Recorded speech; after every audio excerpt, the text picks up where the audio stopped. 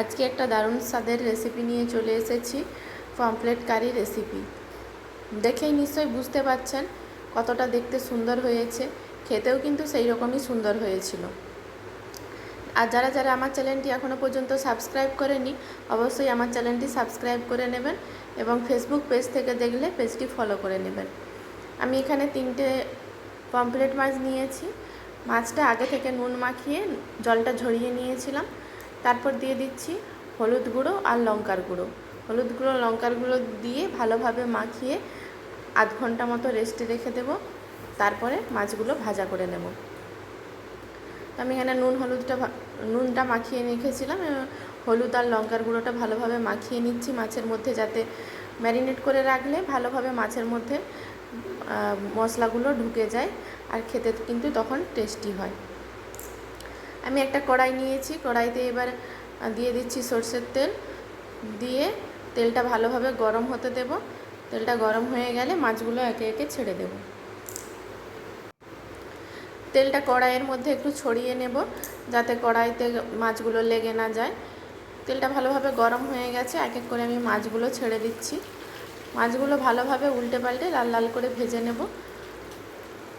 একটা মাছ আমার একটু ভেঙে গেছে উল্টানোর সময়, বাকি দুটো ঠিকই আছে। মাছগুলো প্রায় ভাজা হয়ে গেছে। আমি এবার একটা থালার মধ্যে তুলে নিচ্ছি।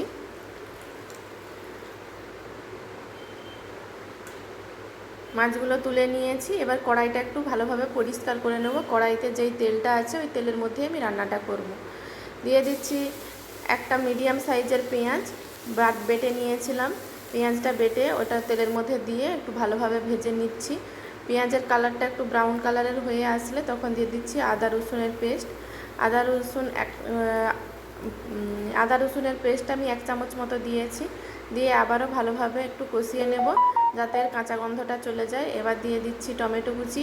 একটা ছোট সাইজের টমেটো নিয়েছিলাম। টমেটো কুচিটা দেওয়ার পরে একটু নেড়ে নিয়ে দিয়ে দিচ্ছি পরিমাণ মতো লবণ, আর টেস্টের ব্যালেন্সের জন্য দিয়ে দিলাম কিছুটা চিনি। দিয়ে আবারও ভালোভাবে মশলাটা কষিয়ে নেব টমেটোটা গলে যাওয়া পর্যন্ত। তারপরে দিয়ে দিলাম হলুদ গুঁড়ো, লঙ্কার গুঁড়ো, ধনে গুঁড়ো, আর দিয়ে দিচ্ছি জিরে গুঁড়ো। দিয়ে আবারও ভালোভাবে মশলাটাকে কষিয়ে নিতে হবে। মশলাটা ভালোভাবে কষানো হয়ে গেলে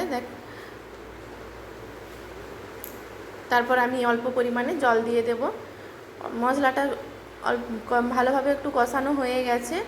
এরপর আমি একটু অল্প পরিমাণে জল দিলাম। জল দিয়ে আবারও ভালোভাবে কষিয়ে নিতে হবে।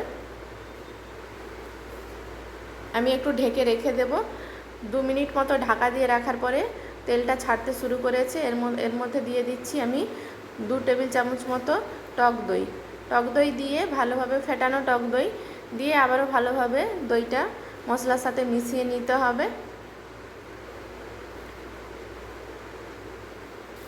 দেখুন মশলাটা কত ভালোভাবে মেশানো হয়ে গেছে এবং তেলটাও ওপরে ভেসে গেছে। এরপর আমি দিয়ে দেব 1 চামচ মতো আমি পোস্ত বেটে রেখেছিলাম। পোস্তটা দিয়ে দিচ্ছি। দিয়ে আবার মশলার মধ্যে ভালোভাবে কষিয়ে নেব।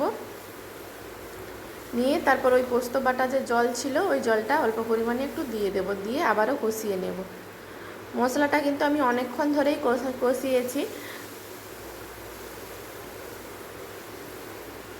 ভালোভাবে কষানো হয়ে গেলে আমি এবারে জলটা দিয়ে পরিমাণ মতো জল দিয়ে দেব।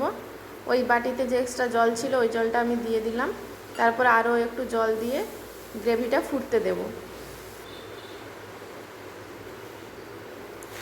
আরও বেশ কিছুটা জল দিয়ে গ্রেভিটা ফুটতে দিয়েছি। আমার এটা ফুটে উঠেছে।